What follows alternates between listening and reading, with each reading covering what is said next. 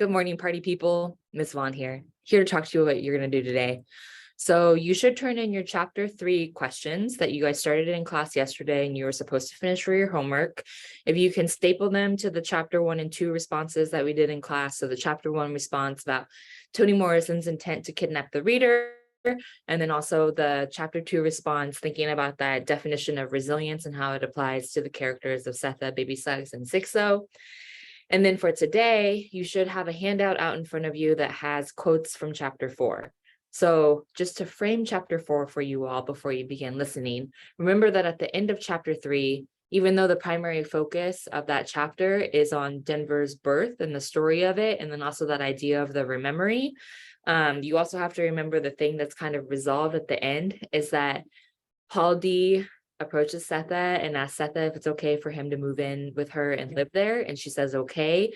And she starts to consider, okay, what is the risk that I'm going to be taking if I'm going to be building a life with this man? And then Toni Morrison drops the little bit about how Paul D has never lived in one place longer than 2 or 3 months.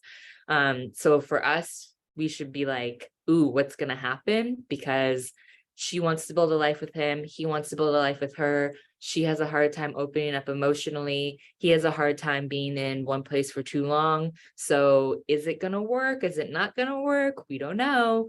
So that's going to be the thing that is looming over or kind of dictates or influences the conversation that happens at the beginning of chapter 4 between Paul D and Setha.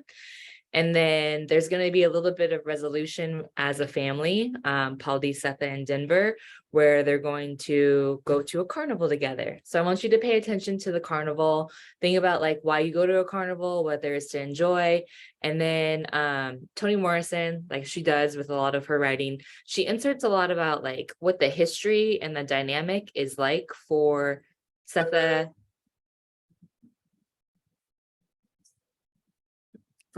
Paul D, and Denver to be at this carnival. So I want you to pay attention to those descriptions as you read, and you're going to have to go back through and you're going to have to read really closely. Complete the quotes if you don't complete them in class, and I will see you on Friday. Have a good day.